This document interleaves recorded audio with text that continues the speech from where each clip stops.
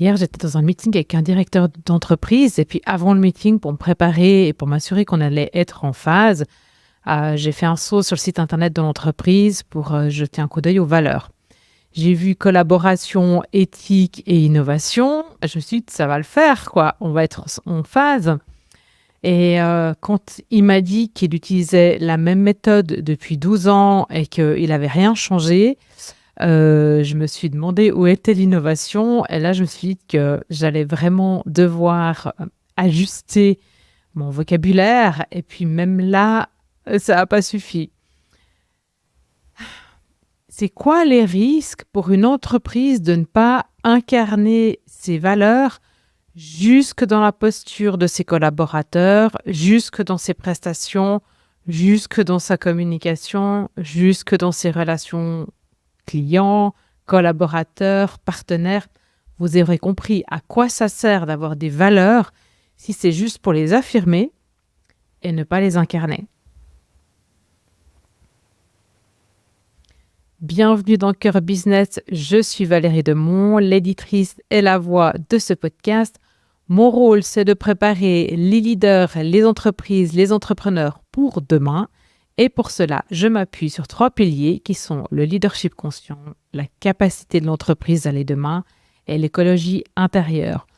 Plus concrètement, ça veut dire que j'accompagne surtout des entreprises et des entrepreneurs à intégrer de la conscience et du sens dans leur stratégie d'entreprise, dans leur marketing et dans leur expression authentique et de cœur.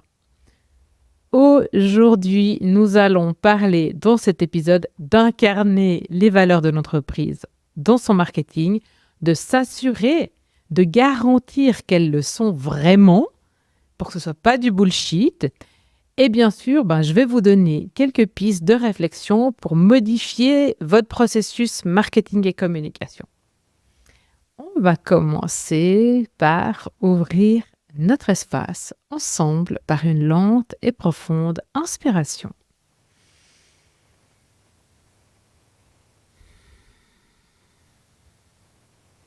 Encore une fois.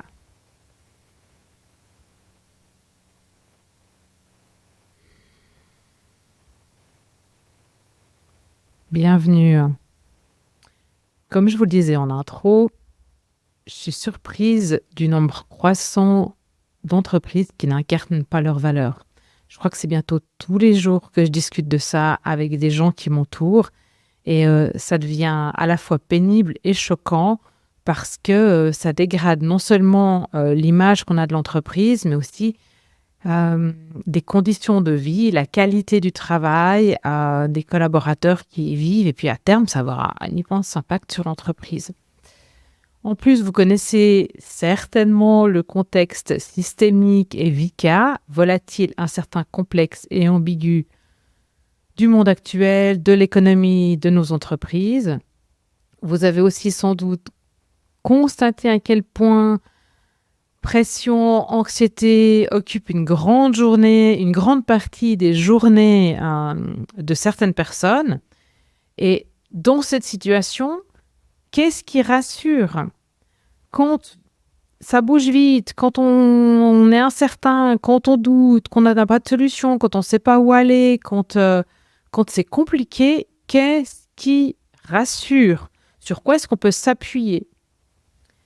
Que ce soit personnellement ou au sein d'une entreprise, on peut s'appuyer sur notre gouvernance intérieure ou sur la gouvernance de l'entreprise. Et ça, c'est quoi? C'est vision, mission, valeur et why.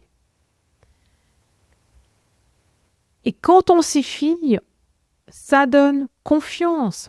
Et le gros hic en ce moment, c'est que la confiance, elle est malmenée parce que les promesses, elles ne sont pas tenues. Donc, il faut absolument y revenir à ces outils de gouvernance, aux attributs de marque, si vous préférez. Alors, je vous disais que la confiance, elle est malmenée. Et ça, on le sait, mais je vais vous donner des informations un peu plus fouillées qui viennent du baromètre sur la confiance de Edelman.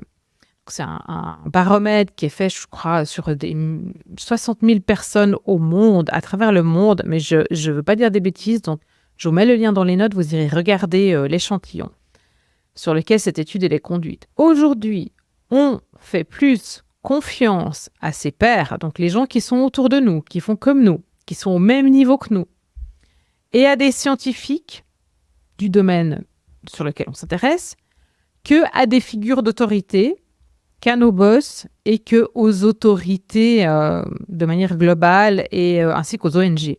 Donc, moi, je les invente pas, ces informations. Elles viennent du baromètre de la confiance. On sait que 61% des leaders tentent, vous allez halluciner, tentent délibérément d'induire les gens en erreur en disant des choses qu'ils savent être fausses ou bien qu'ils exagèrent vraiment. Et si je vais encore plus loin, 60% des personnes interrogées ont confiance dans les entreprises.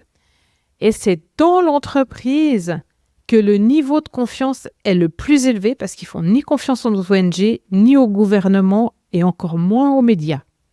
Je crois que la confiance envers les médias, elle doit être à 30 ou 40%, quoi. Alors, c'est cool qu'il y ait 60% des gens qui fassent confiance aux entreprises, mais ça veut quand même dire qu'il y en a 40% qui ne font pas confiance. Et quand on voit le contexte actuel, ça fait un petit peu flipper. Donc, ma question pour vous, c'est rappelez-moi vos enjeux. Quels sont les enjeux aujourd'hui pour votre entreprise?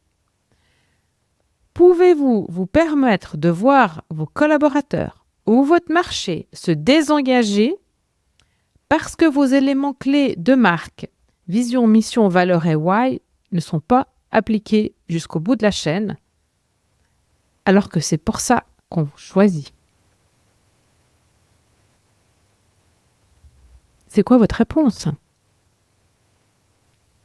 Bon, je vais passer à un truc un peu plus fun. Vous savez que je suis une grande fan du Lausanne Hockey Club. Et jusqu'à cette saison, c'était un peu du bullshit marketing et puis une équipe avec des résultats catastrophiques, mais avec une cohésion d'équipe aussi assez misérable. Mais ça, c'était le reflet sur la glace de ce qui se passait dans l'entreprise. Cette année, tout a changé pour 2 raisons principales. Ils ont incarné les valeurs et donc laissé chacun se responsabiliser par rapport aux valeurs. Ils leur ont donné les moyens de se responsabiliser, notamment en faisant confiance. Et le leadership s'est fait par l'exemple, notamment du co-capitaine Michael Raffel, qui a été blessé une immense partie de la saison. Et malgré cette blessure, c'était le premier arrivé et le dernier parti de la patinoire. Donc, de fil en aiguille, en fait, les autres les ont suivis. Pendant la fête de fin de saison, le CEO a dit, et je vous jure, j'avais la chair de poule, nous allons arrêter de promettre et délivrer plus que ce qui est attendu. Alors, vous me direz, vu comment ça s'est passé les années précédentes, c'est pas très difficile, mais les promesses, elles ont été très, très, très élevées. On a été tous très, très, très déçus. Donc là, maintenant, ils arrêtent de promettre et ils vont délivrer plus que ce à quoi on s'attend. Vous l'aurez compris, c'est le moment d'être vrai, de faire ce qu'on dit et dire ce qu'on fait ensuite. Oui, c'est pas facile.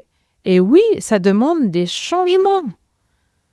Et ça demande un peu d'effort et de volonté, le willpower en fait, pas de l'ego, du willpower.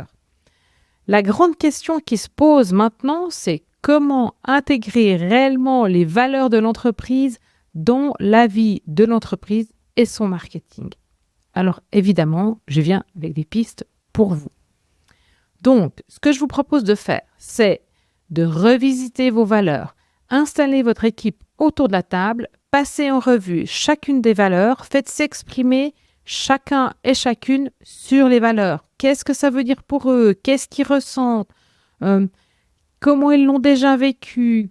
À quoi ça ressemble dans leur quotidien? Est-ce que c'est possible de le faire? Est-ce qu'ils y croient? Est-ce qu'ils adhèrent? Etc. Et puis vous allez voir que tout le monde y va de sa propre définition, interprétation et de sa propre compréhension de ce que c'est cette valeur. même si la valeur X, Y ou Z a été expliquée à côté du mot, quoi. Pour chacun et chacune, ça veut peut-être dire quelque chose d'autre dans son quotidien. Si je suis chauffeuse, livreuse ou marketeuse ou CEO ou responsable d'équipe ou du recrutement, la valeur, elle se décline pas la même chose dans mon quotidien, dans mon métier, dans mon travail. Ensuite, justement, je viens à comment, en fait, est-ce qu'on applique cette valeur dans le quotidien. Donc, imaginons que vous avez dans votre équipe des gens qui sont au front de votre entreprise. Ça peut être à la réception, au helpdesk, ça peut être des conducteurs et conductrices de bus. Peut-être c'est des caissiers, caissières. Peut-être c'est les électriciens qui vont venir vérifier mes panneaux solaires. À quoi, dans leur métier quotidien, cette valeur, elle ressemble et comment elle peut être vécue, comment elle peut être incarnée, comment elle va prendre vie. Donc, demandez-leur, ne leur imposez pas, demandez-leur à eux comment ils peuvent l'appliquer. Qu'est-ce que ça veut dire pour eux? Comment ça change leur travail? Comment ils peuvent l'appliquer? Maintenant, on est d'accord. Personne n'est parfait, ça peut arriver de faire une bourde, d'être à la bourre. On n'est pas parfait, ni moi, ni vous. On essaie de faire de son mieux, mais quand même, quoi. Donc, passez au travers de vos valeurs. Regardez ce que ça signifie. Regardez comment elles prennent vraiment vie au sein de votre entreprise et surtout si elles prennent vraiment vie au sein de votre entreprise. Je crois qu'aujourd'hui, on ne peut plus se permettre d'être à côté de nos pompes, en fait. On a travaillé un positionnement d'entreprise, des attributs de marque. C'est pas juste pour faire joli sur un site Internet, surtout avec les enjeux actuels. Alors, maintenant, donc, ça va être à vous de jouer, d'incarner au mieux ces valeurs. Donc, vous avez les pistes pour les revisiter. Si vous avez besoin, je viens animer un workshop. Maintenant, une fois que ça c'est fait, assurez-vous que ces valeurs, elles sont respectées dans l'ensemble de votre marketing, tout au long de la chaîne. Et pour ça, je vous invite à venir vous joindre à nous dans le mouvement pour un business et marketing conscient. C'est un groupe qui réunit des leaders, des entrepreneurs, des marketeurs, des communicants qui souhaitent pratiquer un marketing qui est différent, qui est aligné et incarné et qui fait du bien au monde. Et maintenant, je vais clôturer notre espace de partage par une lente et profonde inspiration.